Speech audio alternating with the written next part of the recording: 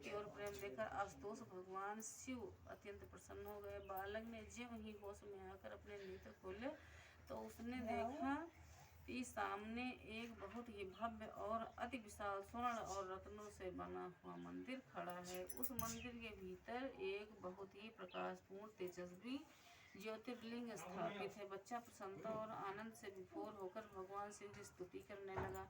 माता को जब यह समाचार मिला तो दौड़कर उसने अपने प्यारे लाल को गले से लगा लिया। पीछे राजा चंद्रसेन ने भी वहां पहुंचकर उस बच्चे की भक्ति और सिद्ध की बड़ी सराहना की। धीरे धीरे वहां भीड़ जुट गई। इतने में उस स्थान पर हनुमान जी प्रकट हो गए। उन्होंने कहा, मनुष्यों, भगवान शंकर शिव फल देने वाले देवताओं में सर्वप्रथम है।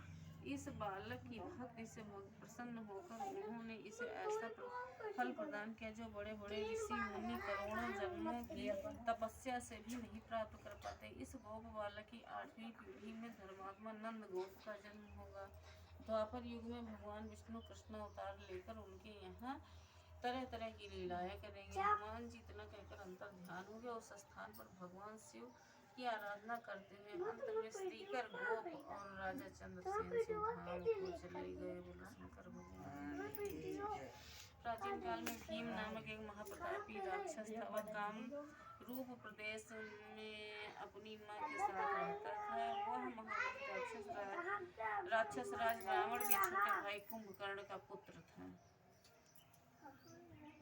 लेकिन उसने अपने पिता को कभी देखा न था। उसके होश संभालने के पूर्व ही भगवान श्री राम के द्वारा कुंभकर्ण का वध कर दिया गया था। जब वह युवावस्था को प्राप्त हुआ तब उसकी माता ने उसे सारी बात बताई। भगवान विष्णु के अवतार श्री रामचंद्र जी के द्वारा अपने पिता के वर की बात सुनकर वह महाबली राक्षस अत्यंत संतप्त और क्रोधित हो उठा। वह निरंतर भगवान श्री हरि के वध का उपाय सोचने लगा। उसने अपने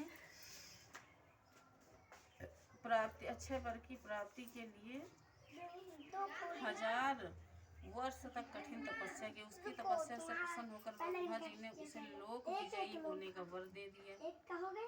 अब तो वह राक्षस ब्रह्मा जी के उस वर के प्रभाव से सारे प्राणियों को पीड़ित करने लगा। उसने देवलोक पर आक्रमण करके इंद्र आदि सारे देवताओं को वहां से बाहर निकाल दिया। देवलोक पर अब भीम का अधिकार हो गया।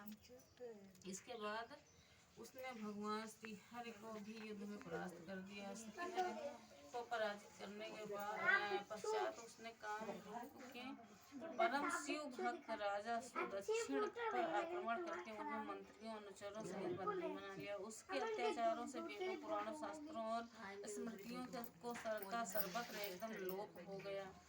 वह किसी को कोई धार्मिक कृत्य नहीं करने देता था। इस प्रकार के ज्ञान, तप, स्वाध्याय आदि के सारे काम एकदम रुक गए। उसके अत्याचार की भीषणता से घबराकर ऋषि मुनि और देवगण